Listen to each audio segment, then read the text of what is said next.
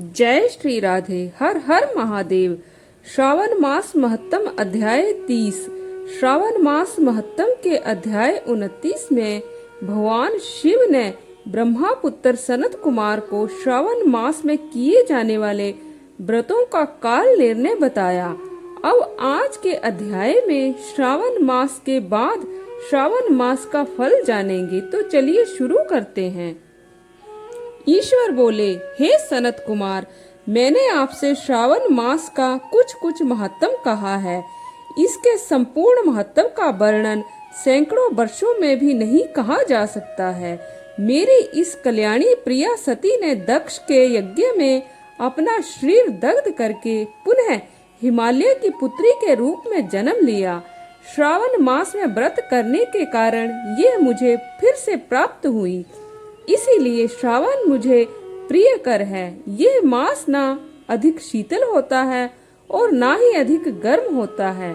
इस श्रावण मास में राजा और प्रजा दोनों को ही अपने शरीर के वैदिक मंत्रों द्वारा सफेद भस्म लगानी चाहिए। यह जल मिश्रित 12 त्रिपुंड मस्तक, छाती, नाभि, दोनों बाहु, दोनों कोहिनी, दोनों कलाई, कंठ, सर और पीठ, इन 12 स्थानों में त्रिपुंड धारण करें। मानस तो के मंत्र से अथवा सद्योजात आदि मंत्र से अथवा षडाक्षर मंत्र ओम नमः शिवाय से भस्म के द्वारा शरीर को सुशोभित करें और शरीर में 108 रुद्राक्ष धारण करें। कंठ में 32 रुद्राक्ष, सर पर 22, दोनों कानों में 12, दोनों हाथों में 24, दोनों भुजाओं में 8-8, ललाट पर 1 और शिखा के अग्रभाग में 1 रुद्राक्ष धारण करें। इस प्रकार से करके मेरा पूजन कर पंचाक्षर मंत्र से जप करें। हे विपेंद्र, श्रावण मास में जो ऐसा करता है वह मेरा ही स्वरूप है, इसमें संदेह नहीं है। इस मास को मेरा अत्यंत प्रिय जानकर केशव की तथा मेरी पूजा करनी चाहिए। इस मास में मेरी अत्यंत प्रिय तिथि कृष्णाष्टमी पड़ती है। उस दिन भगवान श्री हरि देवकी के गर्भ से उत्पन्न हुए थे। हे सनत कुमार, यह मैंने आपको संक्षेप में बताया है। अब आप और क्या सुनना चाहते हैं? सनत कुमार बोले, हे पार्वती पते, आपने श्रावण मास का जो जो कृत्य कहा उन्हें सुनकर आनंद सागर में निमग्न रहने के कारण और उनका वर्णन विस्तृत होने के कारण व्यवस्थित रूप से स्मृति नहीं बन पाई। अतः हे नाथ, आप क्रम से सबको यथार्थ रूप से बताइए। सावधानी से सुनकर मैं भक्ति पूर्वक उन्हें धारण करूंगा। ईश्वर बोले, हे सनत कुमार, श्रावण मास की शुभ अनुक्रमणिका को आप सावधान होकर सुनिए। सर्वप्रथम शौनक का प्रश्न, तत्पश्चात सूत जी का उत्तर, श्रोता के गुण,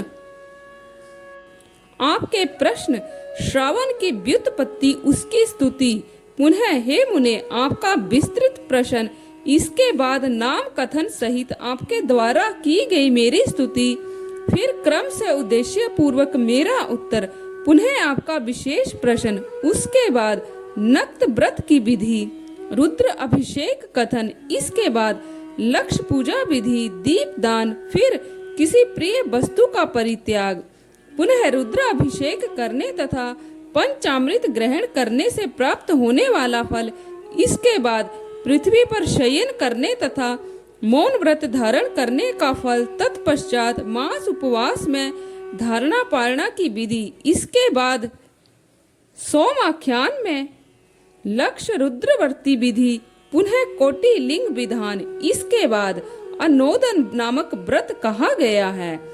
इस व्रत में हविष्यान ग्रहण, पत्तल पर भोजन करना, शाक त्याग, भूमि पर सोना, प्रातः स्नान और दम तथा शम का वर्णन, उसके बाद स्फटिक आदि लिंगों की पूजा, जप का फल, उसके बाद प्रदक्षिणा, नमस्कार, वेद पारायण, पुरुष सूक्त की विधि, उसके बाद ग्रह यज्ञ की विधि, रवि सोम मंगल के व्रत का विस्तार पूर्वक वर्णन, पुनः बुध गुरु का व्रत, इसके बाद शुक्रवार के दिन जीवंतिका का व्रत, पुनः शनिवार को नरसिंह, शनि, वायु देव तथा अश्वत्थ का पूजन, ये सब कहे गए हैं।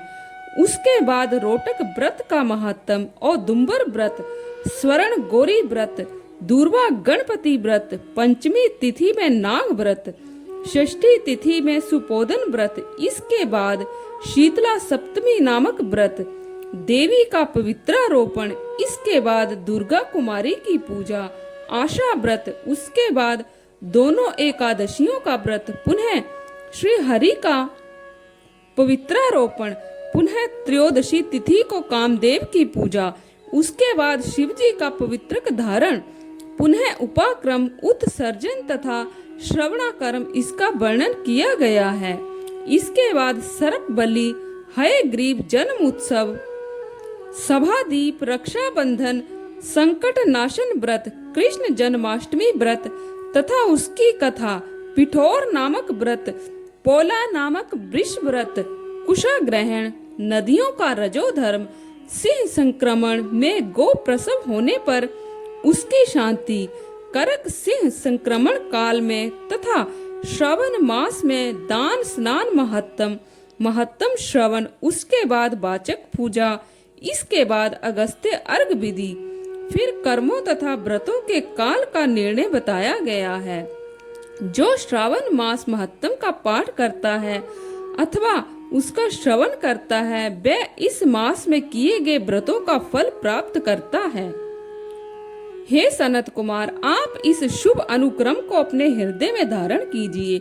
जो इस अध्याय को तथा श्रावण मास के महत्व को सुनता है, वह उस फल को प्राप्त करता है जो फल सभी व्रतों का होता है।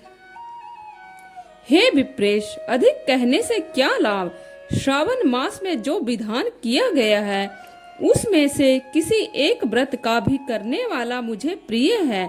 सूत जी बोले, हे शौनक, शिव जी के अमृतमय इस उत्तम वचन का अपने कर्णपुट में पान करके सनत कुमार आनंदित हुए और कृत्य हो गए। श्रावण मास की स्तुति करते तथा हृदय में शिव जी का स्मरण करते हुए वे देवर्षि श्रेष्ठ सनत कुमार शंकर जी से आज्ञा लेकर चले गए। हर किसी के सामने इस अत्यंत श्रेष्ठ रहस्य को प्रकाशित नहीं करना चाहिए। हे प्रभु, आपकी योग्यता देखकर ही मैंने इसे आपसे कहा। इस प्रकार श्री स्कंद पुराण के अंतर्गत ईश्वर सनत कुमार संवाद में श्रावण मास महत्व में अनुक्रमणिका कथन नामक 30वां अध्याय संपूर्ण हुआ। तो आज के लिए बस इतना ही। कल फिर आपसे भेंट होगी। तब तक के लिए हर हर महादेव।